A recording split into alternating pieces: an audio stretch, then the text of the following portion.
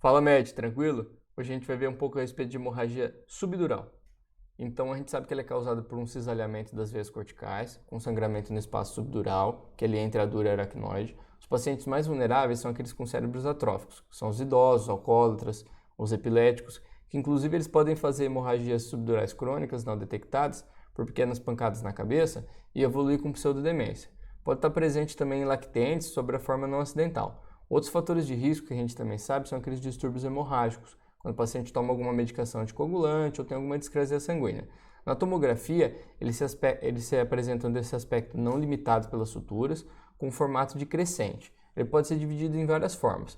No caso do hiperagudo, em até 1 ou 2 horas, ele tem esse aspecto isodenso ou córtex adjacente de difícil detecção, apenas com sinais indiretos, com inchaço cerebral ou às vezes desvio das estruturas.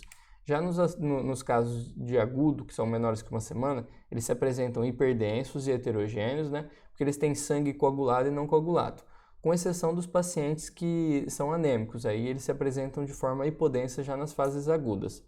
Pode também ter a fase subaguda, que é maior de 1 semana, que com o passar do tempo a gente vai tendo aquela degradação das proteínas e eles acabam se tornando, o hematoma acaba se tornando mais isodenso em relação ao parênquima. É bem difícil de identificar também, principalmente quando eles forem bilaterais. Aí torna-se interessante a gente fazer os estudos de ressonância ou tomografia com contraste. Então aqui você vê que é difícil identificar quando ele é bilateral, e aí quando a gente injeta contraste, dá para perceber que parece que tem uma área mais isodensa ali e o parênquima cerebral aqui um pouco mais retraído. Quando a gente passa para as fases mais crônicas, que são pacientes que têm já mais de 3 semanas de hemorragia, ele apresenta-se ainda com aquele aspecto de crescente, mas de forma bem hipodensa.